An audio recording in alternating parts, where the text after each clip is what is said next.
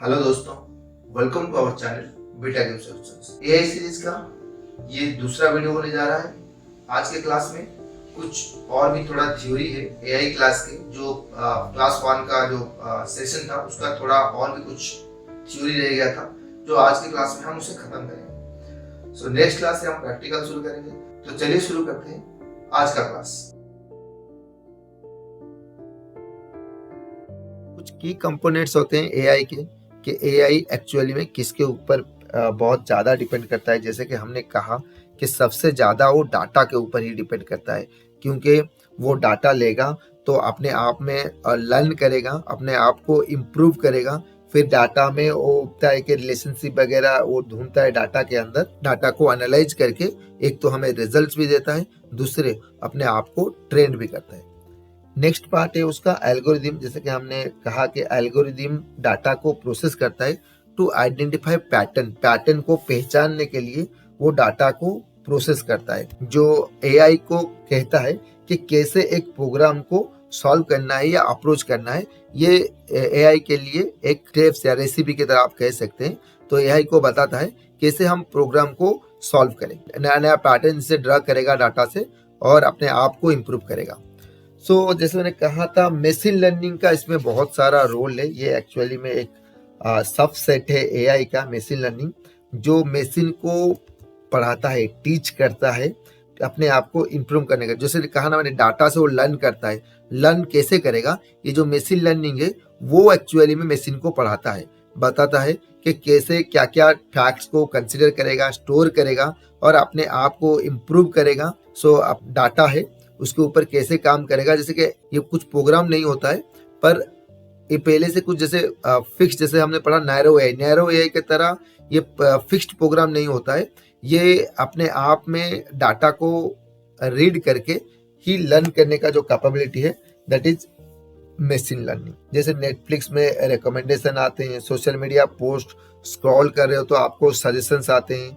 Self driving car का जो होता है कि सेल्फ ड्राइविंग कार से आप जो ड्राइव कर रहे हैं, ये सारा जो होता है ये मशीन लर्निंग का ही एक एग्जांपल्स है। नेक्स्ट होता है न्यूरल नेटवर्क्स। ये जो न्यूरल नेटवर्क्स होता है ये एक्चुअली में ह्यूमन ब्रेन की तरह बनाया गया है। जैसे ये इसका सबसे इम्पोर्टेंट काम है कि पैटर्न को रिकॉग्नाइज करना। जो पैटर्न डाटा से बनता है उस पैटर्न को रिकॉग्नाइज करने के लिए ये न्यूरल नेटवर्क बहुत ही काम करता है, और ये the part of machine learning है, मशीन लर्निंग का ही पार्ट है। इस प्रोसेस को डीप लर्निंग कहते हैं। एक्चुअली में डीप लर्निंग जो होता है ये इंटरकनेक्टेड नोड्स और न्यूरॉन्स को लेयर्ड स्ट्रक्चर में रखता है, जैसे ह्यूमन ब्रेन के अंदर होता है, ताकि पैटर्न्स को आराम से रिकॉग्नाइज कर सके। जो पैटर्न्स मशीन लर्निंग के साथ एल्गोरिदम प्रोसेस करके डाटा से डिराइव करता है, उसको एक्चुअली में ये न्यूरल नेटवर्क ही प्रोसेस करता है। तो नेक्स्ट वाला होता है डिसीजन मेकिंग। डिसीजन मेकिंग जैसे एआई के पास अभी क्या हो गया कि पैटर्न्स आ गए अभी, और बाकी सारा जो डाटा आ गया, उससे वो इनसाइट स्टडी करता है और लर्न करता है, और यूजर को एक डिसीजन। एक्चुअली में एआई जो होता है ना, वो आउटपुट देता नहीं है, वो एग्जैक्टली ये बताता नहीं है कि मैंने जो बताया वो 100% करेक्ट है। वो एक डिसीजन देता है कि आपने जो डाटा दिया था मुझे, मैंने उसको प्रोसेस किया अपने हिसाब से, और मेरे जो पैटर्न है उस हिसाब से मैंने जो आइडेंटिफाई किया, तो मेरा जो आउटपुट आया वो एक्चुअली में ये पॉसिबिलिटी है कि ये वाला आउटपुट ही होगा। एक डिसीजन की तरह देता है, और एक प्रेडिक्शन की तरह भी आप कह सकते हैं। प्रेडिक्शन करता है कि डाटा के हिसाब से रिजल्ट ये होना चाहिए, पर ये 100% एक्यूरेट है या नहीं है, ये डाटा के ऊपर ही डिपेंड करता है। ये डिसीजन मेकिंग ही एक बहुत ही बड़ा इनपुट पार्ट होता है, जो आपके डाटा और जो पैटर्न्स को पहचान कर एआई हमें देता है। These are the components of AI. इस सबको समझने के लिए कि एक्चुअली में ये जो डाटा कैसे जाता है, एल्गोरिथम्स कहाँ पे यूज होता है, मशीन लर्निंग कहाँ पे यूज होता है, ये सबको समझने के लिए मैंने यहाँ पे एक एग्जाम्पल दिया हुआ है। इस एग्जाम्पल से आप आराम से समझ पाएंगे। मान लीजिए आपको एक प्रोजेक्ट दिया गया कि आपको एक ईमेल स्पैम डिटेक्शन सॉफ्टवेयर बनाना है। ईमेल स्पैम, जहाँ पे स्पैम मैसेज को वो ओरिजिनल मैसेज से सेपरेट करेगा। आपको इस हिसाब से एक सॉफ्टवेयर बनाना है जिसमें स्पैम डिटेक्ट हो जाएगा। तो पहला पार्ट जैसे हमने पढ़ा था, पहला पार्ट होता है डाटा। सो पहला पार्ट हमारा यहाँ पे होगा क्या कि हमें पहले डाटा कलेक्शन करना पड़ेगा, क्योंकि वही वाले डाटा को हम एआई को फीड करेंगे, अपने एल्गोरिदम को देंगे। सो डाटा क्या होगा, तो पहले मुझे 2 ग्रुप्स ऑफ डाटा चाहिए, एक में स्पैम होना चाहिए, एक नॉन स्पैम ईमेल्स होना चाहिए, ताकि हमें एआई को हम ये दोनों स्पैम और नॉन स्पैम हम ट्रेन करने के लिए एआई मॉडल को, कि एआई को पहचानने के लिए कि हमें कौन सा स्पैम है कौन सा नॉन स्पैम है, तो हमें उसी तरह का डाटा चाहिए। सो हमें कुछ कंडीशंस भी चाहिए, जैसे कि इस तरह का वैल्यू उस डाटा में होना चाहिए, जैसे कि डाटा में कुछ कंग्रेचुलेशंस, फ्री, टेस्टिंग, इस तरह के वर्ड्स होने चाहिए जो हम कलेक्ट करेंगे स्पैम नॉन स्पैम मेल का जो कुछ डाटा कलेक्ट करेंगे, उसमें कुछ मेल्स में हमें ये वाले वर्ड्स होने चाहिए, जैसे कि कंग्रेचुलेशंस, फ्री, टेस्टिंग, इस तरह का। और सेंडर का ईमेल आईडी, जो जहां से हमें मेल आईडी आया होगा, उसका मेल आईडी जैसे हमारे कॉन्टैक्ट्स में नहीं है या फ्रीक्वेंटली हमें उसका कोई मेल नहीं है, तो ये होना चाहिए। दूसरा, अगर कोई लिंक्स आ रहा है कि नहीं आ रहा है उस ईमेल में, ये चेक करना चाहिए। तो अगर ये तीनों मैच हो गए, कुछ कंग्रेचुलेशंस मेल आए हैं जिसमें कुछ ऐसे ईमेल आईडी हैं जिसके साथ हमने पहले से कभी ट्रांजैक्शन नहीं किया है, और उस कंग्रेचुलेशन मेल में कुछ लिंक है कि आप क्लिक कर दो तो आप यहाँ पे रिडायरेक्ट कर दोगे, तो इस हिसाब से अगर डाटा आता है तो ये एक स्पैम होगा। तो ये जो तीनों चीज हमें कुछ मेल्स में होने चाहिए ताकि हम स्पैम डिटेक्ट कर सकें। सो ये पहला था डाटा, जो डाटा हमने कलेक्ट कर दिया। उसके बाद है हमारा ट्रेनिंग मॉडल, जो हम एल्गोरिदम के हिसाब से एआई मॉडल को ट्रेंड करेंगे। तो हम यहाँ पे एआई को अब मशीन लर्निंग के साथ बताएंगे, एल्गोरिदम जो होता है बताएंगे कि ये वाला स्पैम कौन सा है, नॉन स्पैम कौन सा है। हम प्रोग्रामिंग के साथ बताएंगे, अगर किसी मेल में कंग्रेचुलेशंस, फ्री, टेस्टिंग आता है और ये सस्पिशियस आईडी, मतलब ये आईडी से पहले ट्रांजैक्शन नहीं हुआ है इस मेल का, और उसमें कुछ लिंक्स है, तो ये वाला एक सस्पिशियस मेल है। हम उसे ट्रेनिंग के टाइम ही ये पैटर्न्स बता देंगे, ये कि यहाँ पे पैटर्न हो गया, जैसे हम पैटर्न बोल रहे थे ना आगे के वीडियो में, आगे के स्लाइड्स में, तो यहाँ पे एक पैटर्न बन गया। अगर ये पैटर्न कहीं पे आ रहा है किसी मेल पे, मतलब ऐसे कुछ वर्ड्स हैं और ईमेल आईडी जो हमारे साथ पहले से ट्रांजैक्ट नहीं हुआ है, और उस मेल में कुछ लिंक्स हैं, तो ये एक पैटर्न बन गया। अगर ये पैटर्न यहाँ से आ जाता है तो हम एआई को ट्रेंड कर रहे हैं, that is the spam mail, और जिसमें ये नहीं है this are the non spam mail. So हम एआई को अभी ट्रेनिंग कर दिए कि स्पैम मेल कौन सा है, नॉन स्पैम मेल कौन सा है। उसके बाद क्या करेंगे, पैटर्न को रिकॉग्नाइज करेगा एआई। सो एआई आइडेंटिफाई करेगा common characteristic of spam mails, like जैसे excessive use of promotional words, जैसे प्रमोशनल वर्ड्स की यूज नहीं होगी, बार बार कंग्रेचुलेशन का मेल नहीं होगा, और सस्पिशियस लिंक और ईमेल एड्रेस होगा। सस्पिशियस लिंक मतलब कंग्रेचुलेशन का मेल आया होगा, उसमें एक लिंक होगा, क्लिक कर दो तुम्हें ये मिलेगा वो मिलेगा। ईमेल एड्रेस जो है वो ईमेल एड्रेस भी अगर उसी हिसाब से सस्पिशियस होगा, तो ये पैटर्न, अभी एआई क्या किया, इस पैटर्न को पहचान गया कि अगर इस तरह के मेल्स आते हैं तो ये स्पैम मेल होता है। अभी ये क्या हो जाएगा, अप्लाई हो जाएगा हर मेल पे। अभी डिसीजन मेकिंग का पार्ट हो गया कि जब एक नया मेल आएगा, एआई उसके ऊपर चेक करेगा, जो पैटर्न था वो पैटर्न एक एक करके चेक करेगा। अगर उसको मिलता है कहीं पे स्पैम, तो वो डिटेक्ट करेगा स्पैम, वो डिसाइड करेगा कि स्पैम है या नहीं है, और आउटकम में क्या आएगा, स्पैम मेल को एक अलग स्पैम फोल्डर बना के रख देता है, जो जनरली में आप जीमेल वगैरह में देख रहे होंगे कि स्पैम वाला अलग से मेल में जा रहे हैं, अलग से फोल्डर पे जा रहे हैं। तो ये स्पैम डिटेक्शन का एक एग्जाम्पल है जो एआई इस हिसाब से प्रोसेस करता है। दिस इज एन एग्जाम्पल कि आपको पता चल गया होगा यहाँ से कि डाटा एल्गोरिदम और जो मैंने बताया था आगे, ये काम कैसे करता है। उसके बाद हम जानेंगे एप्लीकेशंस ऑफ एआई, कहाँ कहाँ पे एआई को अभी यूज किया जाता है। सो एआई अभी बहुत सारे जगह पे, लगभग हर जगह पे अभी एआई की यूजेस हो चुका है, मतलब लोग कर रहे हैं एआई को यूजेस हर जगह पे। सबसे ज्यादा उसका यूज हो रहा है हेल्थ केयर में, क्यों कि डिजीज को डायग्नोसिस करने के लिए, कि x ray, CT scan, lab test, इसमें जो आता है अभी क्या, डॉक्टर आगे पहले बैठ के देखता था सारे रिपोर्ट्स को और बताता था कि डिजीज क्या है। अब सारे रिपोर्ट्स को फीड किया जाता है मशीन के अंदर, अब वो डिटेक्ट करता है कि डिजीज क्या हुआ है। ड्रग की डिस्कवरी, नया मेडिसिन जो बन रहा है अभी, ये एआई के थ्रू पे हो रहा है। पर्सनलाइज ट्रीटमेंट, अगर इंडिविजुअली ट्रीटमेंट अगर करना है तो अभी एआई के थ्रू पे होता है। आपके बॉडी में क्या प्रॉब्लम्स है, कुछ डिजीजेस है या नहीं है, उस डिजीज के लिए आपको क्या रिकमेंडेशंस चाहिए, ये सारे पर्सनलाइज ट्रीटमेंट होते हैं जो अभी एआई के थ्रू होते हैं, एआई डिवाइसेस के थ्रू होते हैं। और वर्चुअल हेल्थ असिस्टेंस जैसे चैटबॉट्स होते हैं या कुछ ऐसे रिमाइंडर डिवाइसेस होते हैं जो आपको समय समय पे बताते हैं कि आपको दवाई लेनी है इतने टाइम पे, आपको इतना वॉक करना है, चलना है दिन में, आपको इतने लीटर पानी पीना है।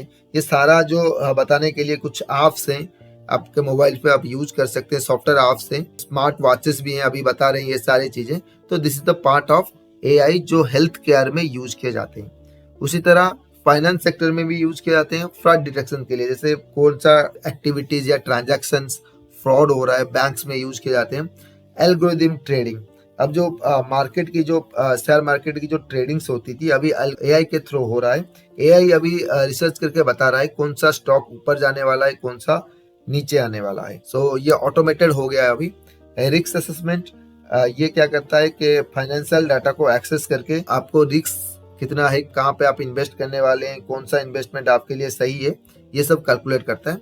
और पर्सनल फाइनेंस मैनेजमेंट, जैसे वर्चुअल असिस्टेंट होते हैं, जैसे मिंट होता है, एआई ड्रिवन ऐप्स जैसे ट्रैक करता है आप कितना खर्चा कर रहे हैं और आपको सजेस्ट कर रहा है ये अननेसेसरी खर्चा है, आप इसको सेविंग कीजिए। उसी हिसाब से बहुत सारे ऐप हैं, जैसे मिंट का नाम मैंने कहा। सो इस तरह के ऐप्स हैं जो आपको इस हिसाब से हेल्प करते हैं। रिटेल और ई कॉमर्स में बहुत ही ज़्यादा यूज होता है, जैसे पर्सनलाइज रिकमेंडेशंस के लिए, जैसे कहीं पे आप सर्च कर रहे हैं कुछ चीज़ें, आपको नेक्स्ट टाइम पे उस हिसाब से आपको रिकमेंडेशंस आते जाएंगे। इन्वेंटरी को मैनेज करने के लिए ऑटोमेटिकली ये ई कॉमर्स या रिटेल स्टोर ओनर को बता देगा कौन सा स्टॉक्स पे ज़्यादा इन्वेंटरी खर्चा हुआ है, उस हिसाब से अलर्ट्स भी आ जाता है। चार्ट बटन कस्टमर सपोर्ट जो होता है, ये अभी आगे क्या था, एक टाइम पीरियड तक था, अभी 24 आवर हो गया है चैटबॉट्स का यूज करना, कभी भी कस्टमर केयर से सपोर्ट ले सकते हैं। और डायनामिक प्राइसिंग, ये अभी एक नया होता है, मतलब अपने आप प्रोडक्ट जो होता है मार्केट के हिसाब से शॉप ओनर और वेंडर जो प्रोडक्ट डाले हुए हैं उनको सजेशन में आ जाता है कि मार्केट के हिसाब से ये वाला जो प्रोडक्ट है इतने रेट पे सेल्स हो रहा है, ऑटोमेटिकली डायनामिक प्राइसिंग सजेशन भी आ जाता है आपको।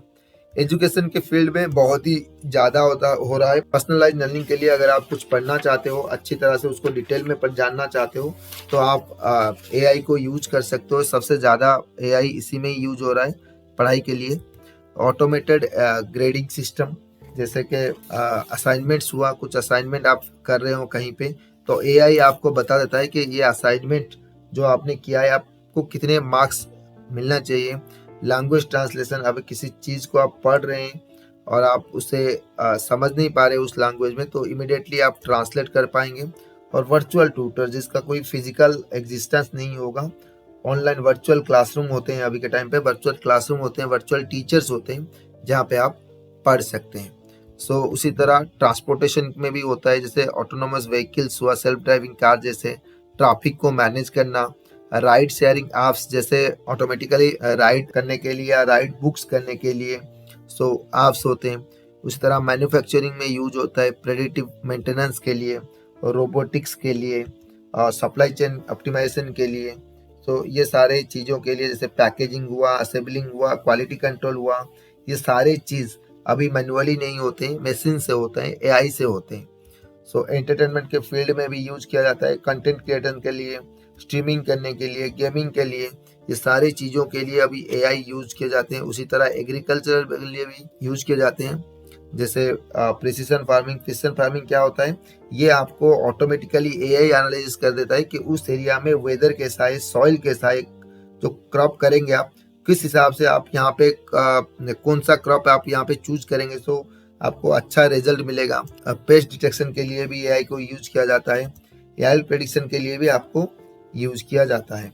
उसी तरह साइबर सिक्योरिटी के फील्ड में भी होता है, threat detection, anomaly detection, fishing prevention के लिए यूज किया जाता है।